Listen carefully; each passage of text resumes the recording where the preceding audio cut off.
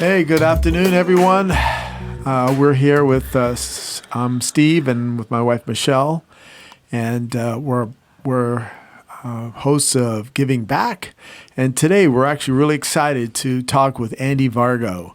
He is a life coach, a comedian, and an author. So, Andy, wow, it's a pleasure to have you on our show. Well, And thank you. I love that on your shirt, and it's called, and the name of the book is called "Own Your Awkward." Yeah, that's my tagline. I lead with that with everything, and this one's focused on life changes. So it's Own Your Awkward Life Changes, and it's all about how to manage that. Oh, interesting. So this one, so you've had other books before. Yeah, I produced a series of guided journals, and those are each journal focuses on a different area of life that you want to improve or make better in some way. And the principle between each one, they all follow the same concept, where you pick 3 things you want to do today to make tomorrow better. Just 3 simple, easy things. So how did you start? How did this all begin with the journals and the writing and the awkwardness? How was that? Yeah, well, so the awkwardness has just always been my thing. I was working on a book, which I still need to finish someday, but I always wanted to be a writer. Mm-hmm. And I've started several books that have never gotten finished. Some of them have never made it past, an opening paragraph or even out of my head. But it's like, oh, this is a good idea. And so I have them written down for thoughts. But I was working on a book about career enhancement called The Awkward Interview. Oh, wow. And it's all about the ways that you go through interviews and the things that happen that you don't want to deal with. So I started building my brand around awkward when I was working on that book.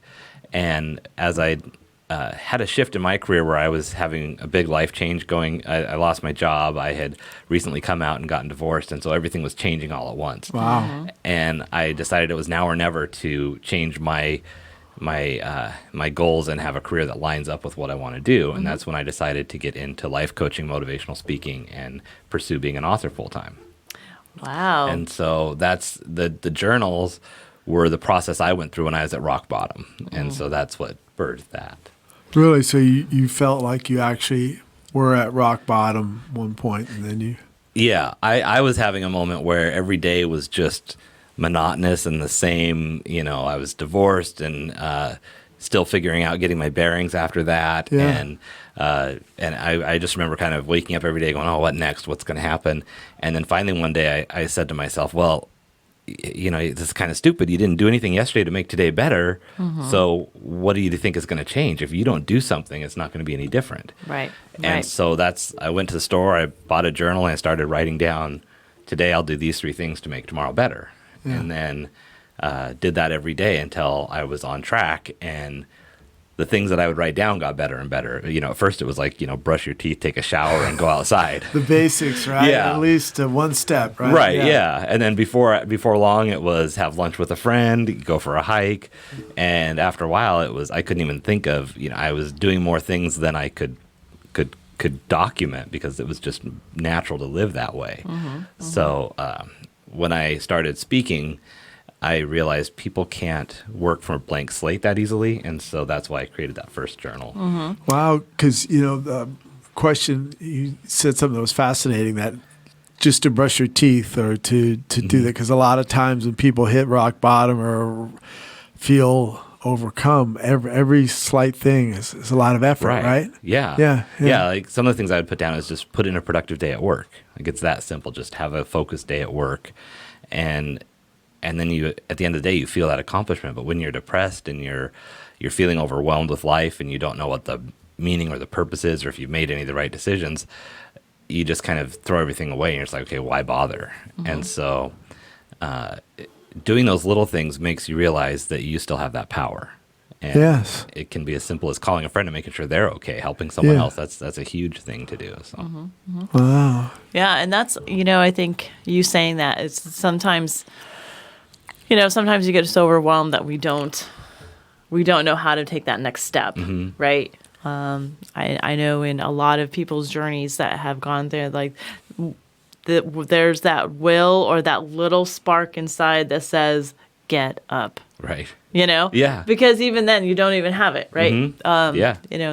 Gosh, you lose your job, lose your wife, lose whatever, think of the people in Bonnie Lake have just lost their home. Yeah. Right. And they've just lost everything, so, there's that little spark that says, get up. Yeah. Right? Keep moving.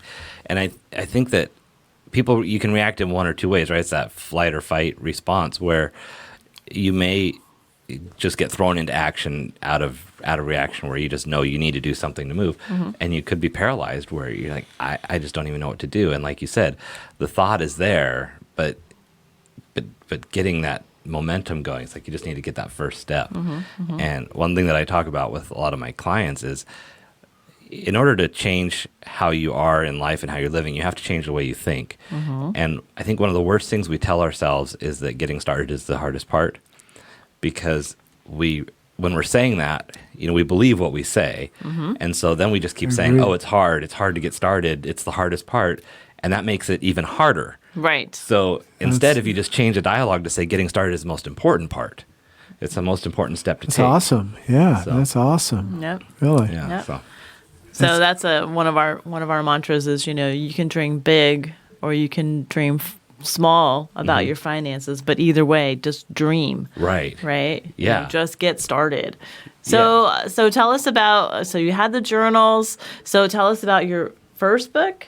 Yeah. So that was my first book, was that journal. And then from there I added in other journals that focus on the same concept. Okay. But the first one was Your Awkward Life Gets Better, and that's focused on improving your life. Okay. And then from there, I added in Your Awkward Work Gets Better. Wow. Okay. And that follows the same idea. It's more focused on empowering yourself to take control of your career. And the difference in that one, instead of doing 3 things that you're going to do every day, you do 1 thing you will do, 1 thing you won't do, and 1 thing you will learn or practice. Oh, okay. So it's, for me, it's like, I will make a to-do list, I won't gossip at the water cooler, and I will practice Excel spreadsheets or PowerPoint or, something. And then I had Your Life Gets Funner, Your Awkward Life Gets Funner, which is all about daring you to get out of your comfort zone a little bit so that you can just have fun and make life more spontaneous. Because a lot of times people get caught up in the monotony of life. And then the last one was about acceptance, and that was Your Awkward Life Gets Gayer. And that's all about, practicing putting yourself outside of your comfort zone in a way that you might not feel comfortable with, so that you feel just more accepted and okay with yourself out in front of people. And then the newest book, Own Your Awkward Life Changes. Right. That Your one. Awkward Life Changes. Yeah. That one is actually, it has a process that I work through with my clients and that I do in workshops. And I wanted to give people a book they could just run through at their own pace. Or if someone's not getting a coaching program, I want people to have access to the tools. It's not about, you have to use my services. Just, this is good information I want you to use. So it actually has worksheets you fill out. It has a budget exercise. It has a goal setting exercise so that you can define what the change is you're going through. And then make sure that at the end of the day, you can actually know that I have $10 a week and a half an hour a week to work on my change. Right. And if that's not enough, then you need to either extend the time frame for your goal, or maybe you can change something in your finances or your commitment so that you have that time and money. So That's fantastic, because as I'm looking at this, I love on the book, the little stages of that you go through, right? And, mastering change. And because, that's what we're going to actually talk about a little bit on our, at the end of the show is how things are changing for the millennials and Gen Ys and Gen Zs, right? Yeah. And how they're going through some change. But I love how I just love how it's set out because, you can actually see so many changes. Like you are so much different than you were 5 years ago, 10 years ago, 15 years ago. Well, maybe. Well, okay. No, I don't know how definitely. old you are, but definitely old enough to have mastered some change and had plenty of them not mastered. But right, it's one of the things. One of the things we always hear about is how change is constant, and yet we don't devote time and energy to learning how to master change and actually know how to cope with it in our lives. And that's what I work with people on. Is it's not about how do I get through this thing today. And with that, we have a lot of conversations like that. But the bigger picture is empowering them with the tools so that when the next thing comes up tomorrow or a week from now, you know, oh, I'm going to pull out my toolbox, and this is how I cope with this. I mean, just think about what's going on right now. You know, this COVID, fires, locusts. I mean, all around the world, changes. Can you just imagine? I mean, people should be flocking to this book and to any of the other services. It's definitely. It's interesting because I started working on it last summer, so over a year ago, and it's the timing has been just right. I didn't plan that. COVID was not part of my marketing plan. However, it has kind of been timely with everything going on in 2020. Right? So. Could you? I just can't imagine. Well, you know, it's funny you talk about that people don't do change well. I think because all the media and stuff that you hear preys on people's fears and about change. I don't think, do we take a healthy aspect to change? Not really. I don't think we do. And I like to think about change. It comes in 3 ways from my perspective. And if you think about the ocean, change is going to either come in like a tsunami, which is what a lot of times we feel like happens. A lot of times it creeps in like a tide and you don't notice it until you're overwhelmed. And the best part of change is when we can, pack our ship and be ready to set out on a voyage. And no matter what, our goal, and that's what the book is about, is our goal is to get back to that, get back on shore and pack a ship. So if the tsunami came in, let's get to safe ground and then pack a ship, because we're just not equipped for it. And this morning, I had a very simple thing where I had to remind myself that I have to deal with change, right? Because I get this notification that all of my Google Music needs to transfer to YouTube. And I thought, okay, I don't want to do it. I don't want to deal with this change because it's just a simple thing that is going to mess up my day, because now I got to figure out which app to play my music on. And I have my playlist for when I write. And I realized that I could sit here and put off of dealing with this until I'm forced to, and then it's a bigger problem. Or I could embrace the change that's coming and say, okay, I'm going to learn about the new app. I'm going to practice. I'm going to do it ahead of time so that when I am in the time where I actually need to use the music or I'm relying on it, I'm not then frustrated and stressed and throwing my hands up because I have to learn a new music system. And that's such a simple, first world problem to have, right? That your music app is changing. Right. But that's not simple, though. I mean, that is like, to some people, their music, especially if you use it for meditation, or maybe you use it at the end of the day because you put in a hard work day. I mean, music is very important to people. So if you have to do a different platform that you're not used to, right? I like how you tackle it, because a lot of people would be like, oh, it's so daunting. I don't know if I could do this, right? Right.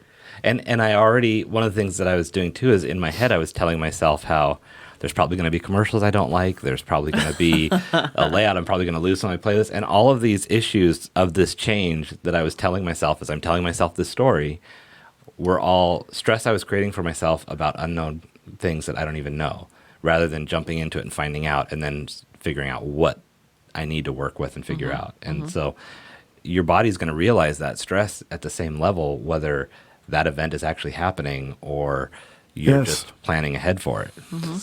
Yeah, exactly. The subconscious doesn't know whether what's reality or not. Right. And what you said about like people are forced to change. Oh, like you get someone exactly wants to quit smoking, so to speak. Oh, I can't. It's tough. It's tough. It's tough, until they get a diagnosis. They either got lung cancer or you've got COPD or no, emphysema. All of a sudden, you stop like that. Right. Stop like on a dime. And there must be a way, and I guess it's good that you say you find the reframe of everything, right? To say that change is hard. No, change is necessary, or change is or the first step is the most important step. It is.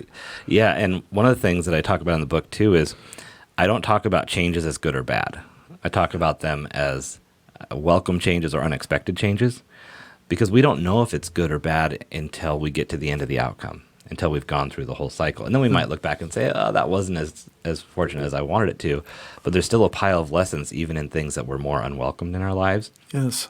And if we label a change as bad, for example, a job loss is something where you might think right away that has to be a bad thing. It closes our eyes to any good that could come out of it. Absolutely. Because I always think that things are planned. Like our destiny is planned. I mean, we choose to pick different avenues of it. Right. I mean, we have free will and free change, but it's pretty much, it's laid out for us to all have, this wonderful life. Yeah, things are going to happen for a reason. Absolutely. And I love that philosophy. So how long did it take you to transition, or is it continuing? Because I'm sure a lot of the viewers are like, man, how is he so positive? How does he change that wording? How does that work? Right? Well, yeah, I think it's one of those things that I have always just been a very positive person, but it doesn't mean that I don't have those days where it's harder to do. And the thing that I come back to is I try to think about what I'm putting out into the world. So if I'm having a negative thought and I'm ready to put a Facebook post out there of like, I can't believe someone said this. I try to, before I post it or share it or speak in that way, I try to stop and think, what is the opposite of this? What's the positive outcome that could be from this? So instead of being like, oh, I can't believe someone said this, it's, maybe I say, I'm really grateful for the people who handle this way, or I'm really great to see this situation. Or it's that idea of when they say, if you want to have good friends, you need to be a good friend. So instead of posting and saying, oh, no one wants to go out with me, it's like, well, how about post and say, hey, I'm going out, who wants to join me? Little things like that Exactly. that sometimes the opposite of my inner dialogue is what I'm putting out to the world. It's kind of like the depressed comedian thing where it's like, oh, there is some depth and dark side, but I try to, I'm able to look at it sometimes and think that other people need the light more than I do. And if I can't see it for myself, at least I can help other people with it. That's fantastic. It's interesting that you say the dark side, because don't most really great comedians have a dark side? I believe so. Yeah, definitely. They reframe their angst or whatever trials. I mean, yeah, it's when I started comedy, I took a class that they teach over here at the comedy club, and one of the first things that they had us do was write out 5 different stories of times that were based on different emotions. The time you were happiest, most scared, most sad, most angry, and just a short little story, because that's where you're looking for comedy. But comedy comes from emotion and from some sort of something deep inside you. And even when I'm writing at my best, I feel like the more depressed I am, the better writing I create. Because especially if it's creative writing, because there is that side where when you're in a dark place, you can either consume or you can create.